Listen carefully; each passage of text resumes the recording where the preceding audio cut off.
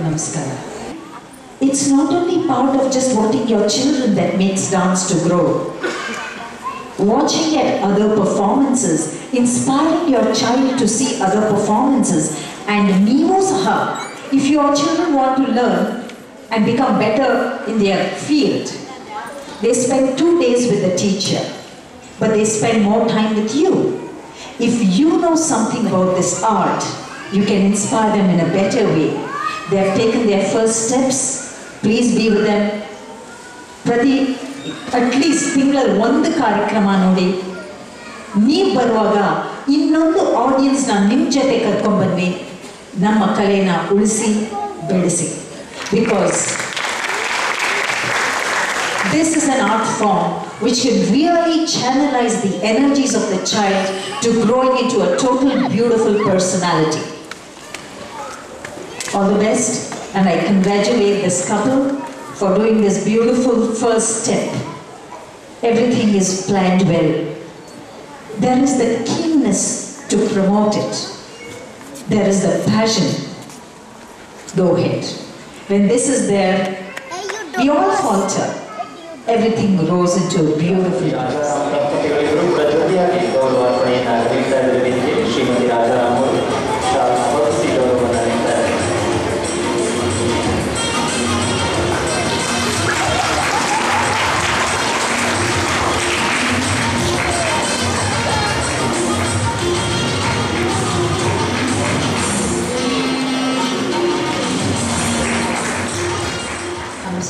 Dr. Rajesh ಅವತ್ತವರ ಕಣ್ಣಲ್ಲಿ ಅವರ spirit ಏನಿತ್ತೋ ಅಷ್ಟೇ ಉತ್ಸಾಹ, ಅಷ್ಟೇ ಎನರ್ಜಿ, ಅಷ್ಟೇ ಹೊಳಪು ಅವ್ರ ಕಣ್ಣಲ್ಲಿ ಇವತ್ತಿಗೂ ಇದೆ. ನಾನು ಅಂದ್ಕೊಳ್ಳೋದು ಇಷ್ಟು ಡಿಸಿಪ್ಲಿನ್ನು, ಇಷ್ಟು ಶಕ್ತಿಯನ್ನು ಅವ್ರಿಗೆ ಕೊಟ್ಟಿರೋದು ಆ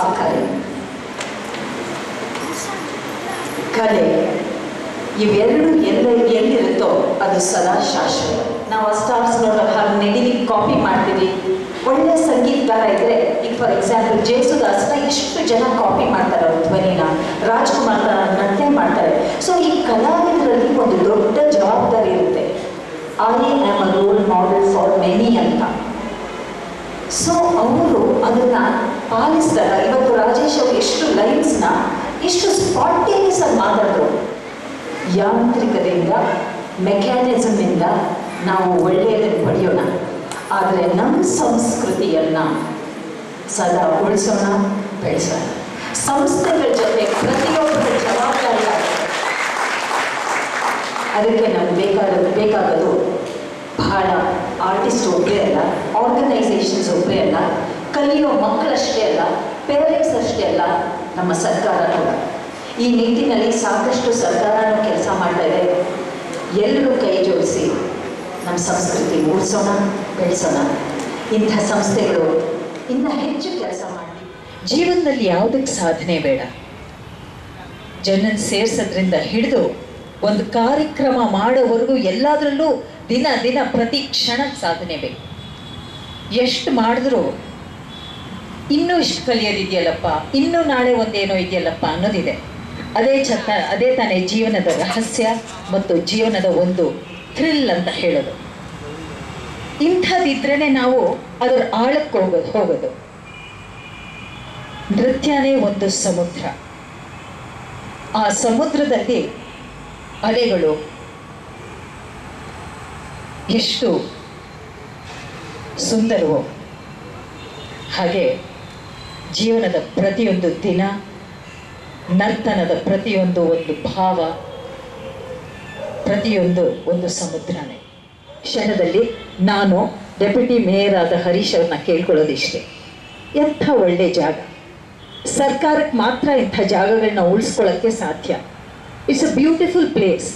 ಇದ್ರ ಜೊತೆ ಒಂದು ಜಸ್ಟ್ ರಿಕ್ವೆಸ್ಟ್, ಸಂಗೀತ ನೃತ್ಯ ಅಕಾಡೆಮಿ ವತಿಯಿಂದ ನಾನು ಕೇಳ್ಕೊಳ್ಳೋದಿಷ್ಟೇ, ಈ ಸ್ಟೇಜ್ನೇ ಪ್ರತಿಯೊಂದು ಏರಿಯಾಲಿ ನಿಮ್ಮಲ್ಲಿ ಸಾಕಷ್ಟು ಈ ರೀತಿ ಜಾಗಗಳಿರುತ್ತೆ. ಸಾಧ್ಯವಾದರೆ ಒಂದು ಆಡಿಟೋರಿಯಂ ಇದೆ ಅಂದರೆ ಸಾಕಷ್ಟು ಕಲಾವಿದರು, ಜ್ಯೋತಿ ಅಂತ ಎಷ್ಟು ಸಂಸ್ಥೆಗಳು ಡಾನ್ಸರ್ಸು ಮ್ಯೂಸಿಷಿಯನ್ಸು ಇಲ್ಲಿದ್ದಾರೆ. ಅವ್ರಿಗೂ ಪ್ರತಿ ತಿಂಗಳಲ್ಲಿ ಅಟ್ಲೀಸ್ಟ್ ಈ ರೀತಿ 2 ಕಾರ್ಯಕ್ರಮ ಆಗುತ್ತೆ ಅಂತಂದ್ರೆ ಜನಕ್ಕೆ ಅಲ್ಲಿ ಇಲ್ಲಿ ಹುಡ್ಕೊಂಡು ಹೋಗೋ ಬದಲು they become aware of our cultural rich heritage.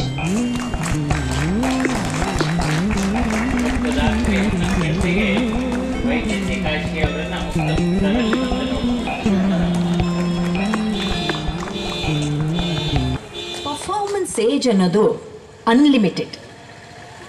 ಆದರೆ ಆ ಪರ್ಫಾರ್ಮೆನ್ಸ್ ಏಜಲ್ಲಿ ಪೀಕ್ ಪರ್ಫಾರ್ಮೆನ್ಸ್ ಏಜ್ ಅಂತ ಇರುತ್ತೆ. ಒಂದು ಕ್ರಿಕೆಟರ್ಗಾಗಲಿ, ಒಂದು ಡಾನ್ಸರ್ಗಾಗಲಿ, ಒಂದು ಸಂಗೀತಗಾರರಿಗಾಗಲಿ ಎಕ್ಸ್ಪೀರಿಯನ್ಸಿಂದ ನಾವು ಮಾಡ್ತಾನೇ ಇರ್ಬೋದು. ಆದರೆ ಆ ಪೀಕ್ ಏಜ್ ಅನ್ನೋದಿದೆಯಲ್ಲ, ಆ ಟೈಮಲ್ಲಿ ಆ ಸ್ಟೇಜಲ್ಲಿ ಸಿಗೋ ಒಂದು ಆ ಸಂತೋಷ ಹೇಳ್ಕೊಳ್ಳೋದ್ರಲ್ಲಿ ಇದೆ. ಆದರೆ ಕಲಾವಿದನನ್ನು ಮಾಡಿದಾಗ ಮಕ್ಕಳು ಅಷ್ಟೇ, ನಮ್ಮ ಸ್ಟೂಡೆಂಟ್ಸು, ನಮ್ಮ ಗುರುಗಳು ನೋಡಿದಾಗ ಇನ್ನೂ ಇನ್ಸ್ಪೈರ್ ಆಗ್ತಾರೆ. ರೀಸನ್ ಆಗಿ ಇಲ್ಲಿ ಅದಕ್ಕಿಂತ ಹೆಚ್ಚು ಕಲಿಯೋದಾದರೆ ಅದನ್ನೂ ಸ್ಕೂಲ್ ಸ್ಟಡೀಸ್ಗೆ ಅಳವಡಿಸ್ಕೊಬೋದಲ್ಲ. ನಮ್ಮ ತಾಳಗಳು ಅಂದರೆ ಏನು? ಒಂದು ತ್ರಿಪುಟ ತಾಳದಲ್ಲೇ ಆ 8 ಫ್ರ್ಯಾಕ್ಷನ್ ಆಫ್ ಸೆಕೆಂಡ್ಸಲ್ಲಿ ಒಂದೊಂದು ಇದಕ್ಕೂ 8 ಬೀಟ್ ಇದೆ. ಅದರಲ್ಲೇ ಮ್ಯಾಥ್ಸ್ ಇಲ್ವೇ? ಅದರಲ್ಲೇ ಟೈಮ್ ಸೆನ್ಸ್ ಇಲ್ವೇ? ನಮ್ಮ ನೃತ್ಯದಲ್ಲಿ ಏಸ್ಥೆಟಿಕ್ಸ್ ಇದೆ, ನಮ್ಮ ನೃತ್ಯದಲ್ಲಿ ಕಮ್ಯುನಿಕೇಷನ್ ಇದೆ, ನಮ್ಮ ನೃತ್ಯದಲ್ಲಿ ಸಾಕಷ್ಟು ಟೈಮ್ ಮ್ಯಾನೇಜ್ಮೆಂಟ್ ಇದೆ. ಇದು ಬಹಳ ಅವಶ್ಯ. ಸೊ ಪ್ಲೀಸ್ ನಾನು ಏನು ರಿಕ್ವೆಸ್ಟ್ ಮಾಡ್ಕೊಳ್ತೀನಿ ಅಂದರೆ, ಇಂಥ ಫೆಸ್ಟಿವಲ್ಸ್ನ ಆರ್ಗನೈಸ್ ಮಾಡಿದಾಗ ಜನರು ಬಂದು ಅದರಲ್ಲಿ ಪಾರ್ಟಿಸಿಪೇಟ್ ಮಾಡಿದ್ರೆ ನೀವೊಂದು ಆರ್ಗನೈಸರ್ಗೆ ಇನ್ನೂ ಪ್ರೋತ್ಸಾಹ ಕೊಡ್ತಾ ಇದ್ದೀರಾ, ಇನ್ನೂ ಸಾಕಷ್ಟು ಕಲಾವಿದರನ್ನ ಕರೆಸಿ ಇನ್ನೂ ಸಾಕಷ್ಟು ಕೆಲಸ ಮಾಡಿ ಅಂತ. ಜೊತೆಗೆ ನಮ್ಮ ಸಂಸ್ಕೃತಿನ ಉಳಿಸಿ ಸಾಕಷ್ಟು ಹಂಬಲ ಇಟ್ಕೊಂಡಿರೋ ಆರ್ಗನೈಸರ್ಸ್ಗೆ ಆಡಿಯನ್ಸ್ ಬೇಕು. ನೀವು ಸಾಕಷ್ಟು ಮಂದಿಯಲ್ಲಿ ಬನ್ನಿ. ಇಂಥ ಉತ್ಸವಗಳಿಗೆ ಸರ್ಕಾರ ಸಾಕಷ್ಟು ಫಂಡ್ಸ್ನ ಕೊಡ್ತಾ ಇದೆ. ಸಾಕಷ್ಟು ಸಂಸ್ಥೆಗಳು ಕೆಲಸ ಮಾಡ್ದೇನೆ ತಗೊಳ್ತಾ ಇದ್ದಾರೆ.